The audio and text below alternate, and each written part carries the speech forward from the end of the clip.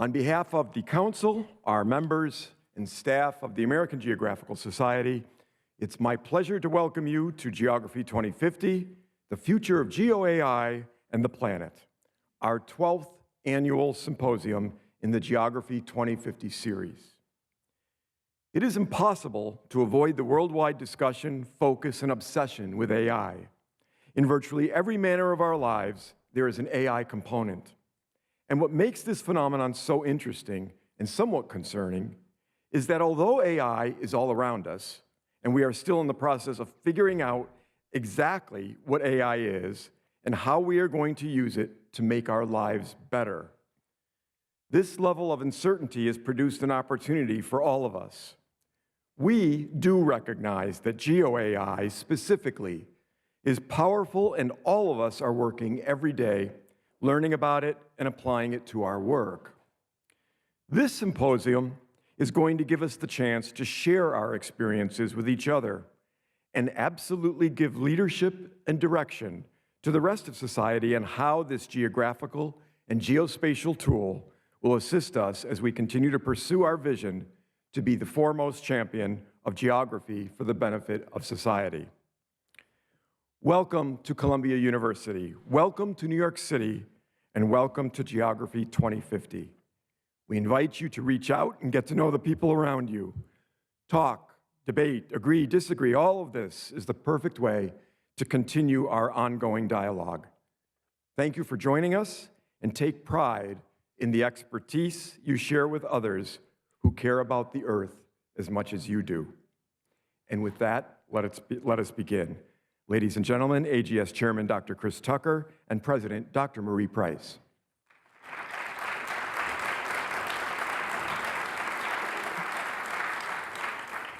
Hello, everyone. It's so wonderful to see you all here. I've met some new friends and seen plenty and talked to plenty of old friends.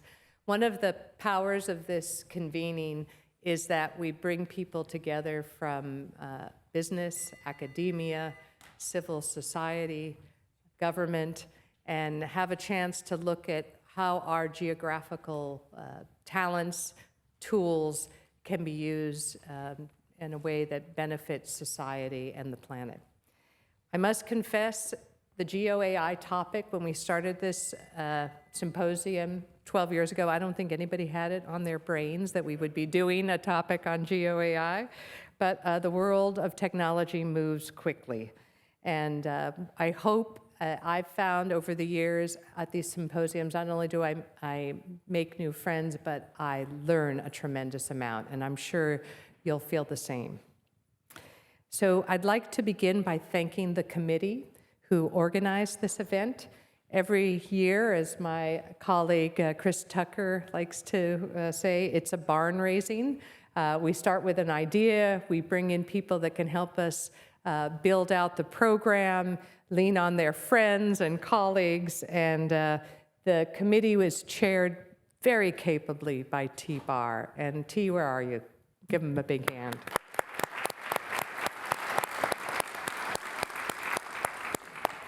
I also would like to recognize a special group, Geography Teacher Fellows. Every year during the symposium, we invite teacher fellows who teach AP Human Geography. They participated in a workshop this morning. They attend the seminar, symposium, and then they do a workshop on Saturday. And I gotta say, these are some of the most inspirational people you'll ever get to meet.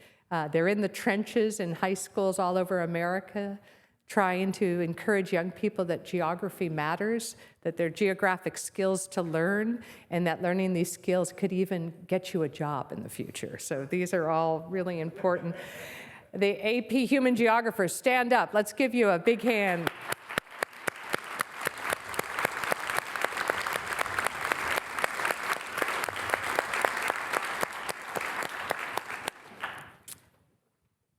And thirdly, I'd like to recognize a group of students from the HBCU GeoInt scholars. GeoInt. They have come from far and wide, and they've also brought posters that are out there. So would the GeoInt scholars please stand up?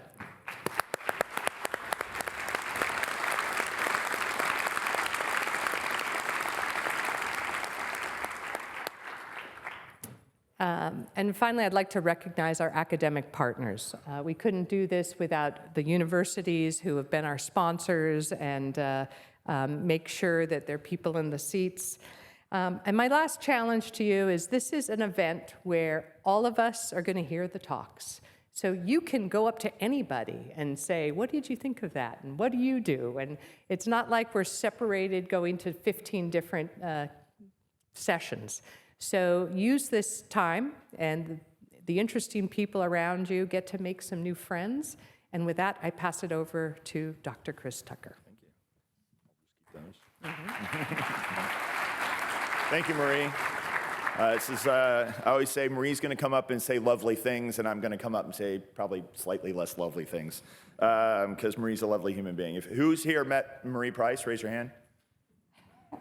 Everybody who didn't raise their hand needs to meet Marie Price, because she's that lovely, all right? Seriously, she is. So hey, welcome to New York City. Thanks for coming. Who's been here before? I always love to... Okay, so some recidivists, as they like to say in criminology, great. And that means everybody else is new. Thank you so much for joining us here. We know that for some of you, it's just a train ride or a subway ride away. And for some of you, you're flying in from all over the country. And we really appreciate you taking time out of your day and joining us here at Geography 2050. Geography 2050 is what I like to call a multi-year strategic dialogue about the vital trends that will reshape the geography of our planet over the coming decades. We are always future-focused at Geography 2050.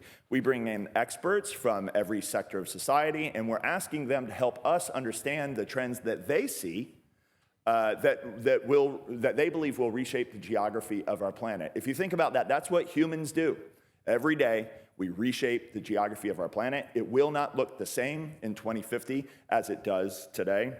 Sometimes it's our activities, like procreating and a growing population, or urbanizing, or putting mobility infrastructures in place, like new railroads and new roads. Things like that reshape the geography of our planet all the time.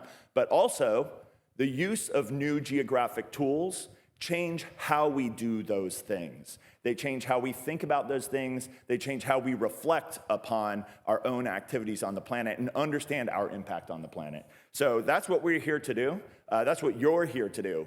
There is no line between who's up here and who's there. I mean, there is during the presentations. Please don't run up on stage. That would be weird. But as soon as we have breaks, everyone is equal. Everyone is a peer. Please have the conversations about the future of our planet together.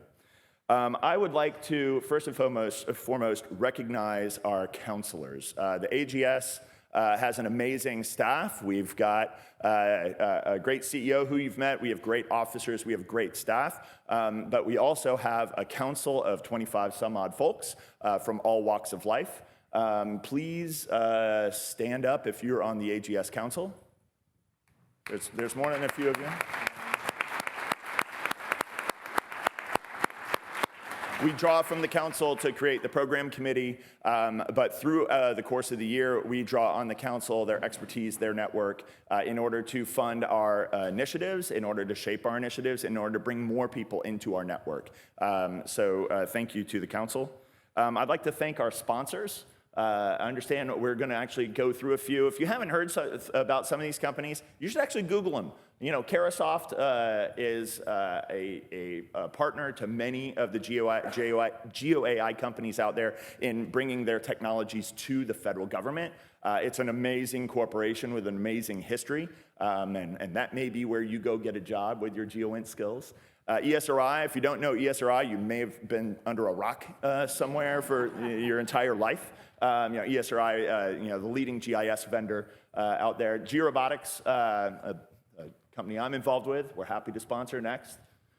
Trimble, if you're on the hard hat and boots side of this world, working construction, working transportation, working smart agriculture, things like that, go find Ian Warner over there from Trimble. Thanks so much for sponsoring. Black Cape doing amazing national security applications of GeoAI.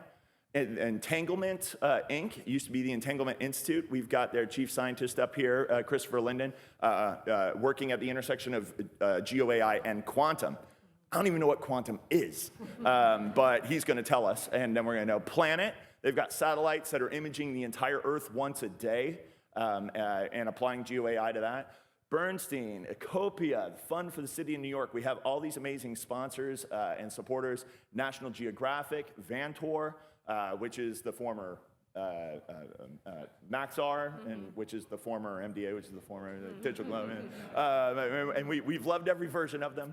Our supporters, AAG, USGIF. We have many USGIF members here. Development Seed, Youth Mappers, the Open Geospatial Consortium. We even have the COO of the OGC here, so thank you. And is that it? I think that's it. Okay, great. And then all I've got to do now is hand us over to the wonderful T. Barr, who is going to introduce this topic to all of us. T is a leader in GeoAI in industry and also teaches an actual GeoAI college class and ran a year-long podcast on GeoAI. So after this, you haven't gotten enough, go dial up on LinkedIn and watch all those podcasts. So T, thanks so much for your leadership, and please take the stage. Let's give him a hand.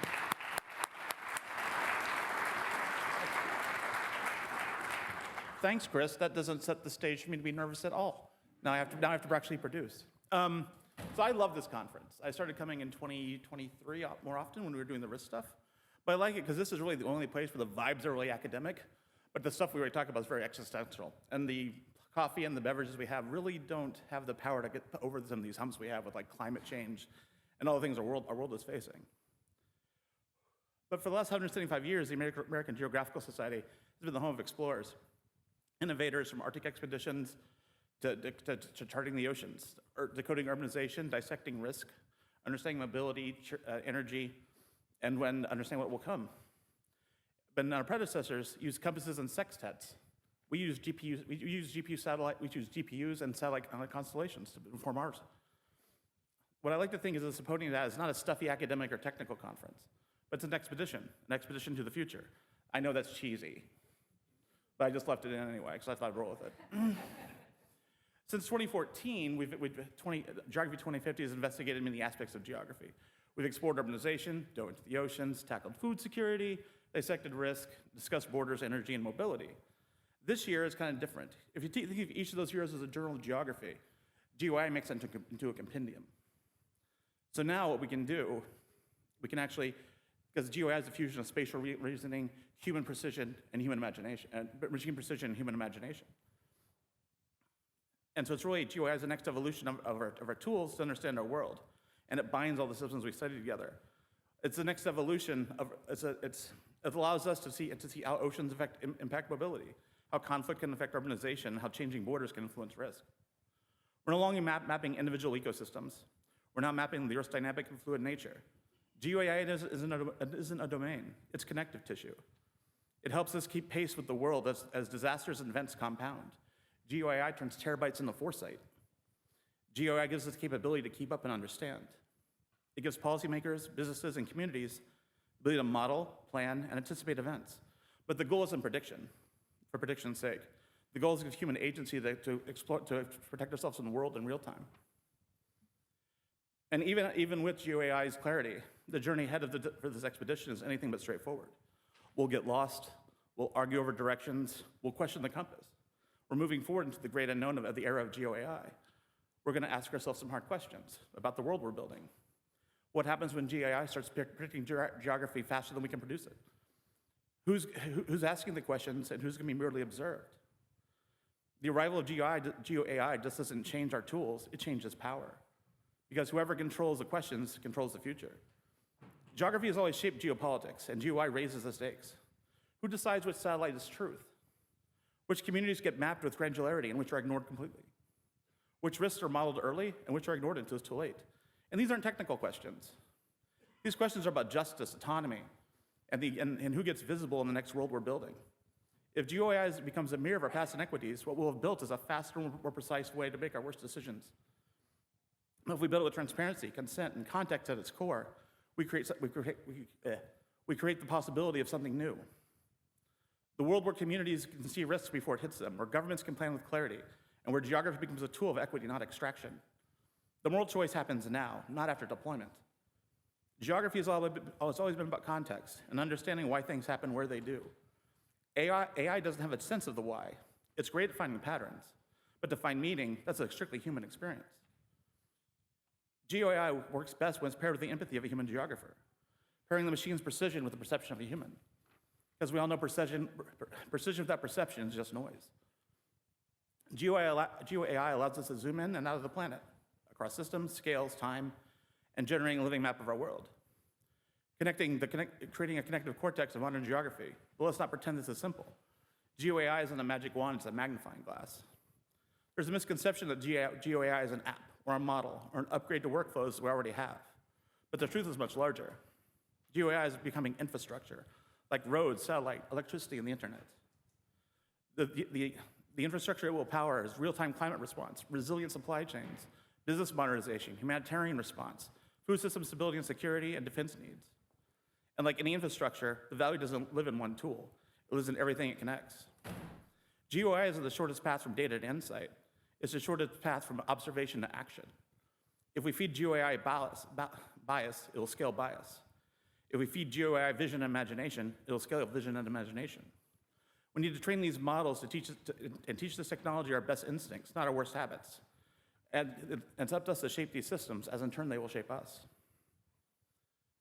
Geography 2050 is not a symposium where we gather to simply discuss and admire problems as observers. We gather and mobilize people around them. And that's the spirit we need now. The planet doesn't need another group of well-intentioned observers to discuss our planet. We need cartographers of consequence to act. And that's what we gather here for. We're not here to spectate. We're here to design the future together. We're here to map the future and understand geography's role in shaping it. We're here to build together. Geography 2050 is where science meets strategy and optimism meets a workflow. And in that spirit, as a chairperson for Geography 2050 this year, I invite you not to attend, but to participate. Interrupt conversations politely. Ask questions, both the simple and complex. Connect the dots between sessions, because the hallway sessions is where future partnerships are born and paradigms will be shifted. Remember, you're not an audience, you're part of this expedition. Geography isn't static, it's dynamic. It's location meeting kinetic energy.